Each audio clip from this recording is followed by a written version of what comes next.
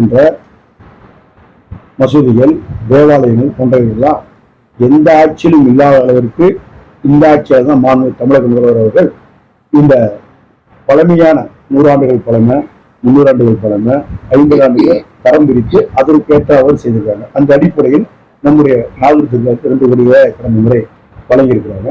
மேலும் பார்த்தீங்கன்னா வாலாஜாவுக்கு 2 கோடி, வாலாஜாவில் இருந்த மசூதிக்கு 2 கோடியும், அதே போல நம்முடைய ஏற்பாடு துறையில் கொடுத்திருக்காங்க.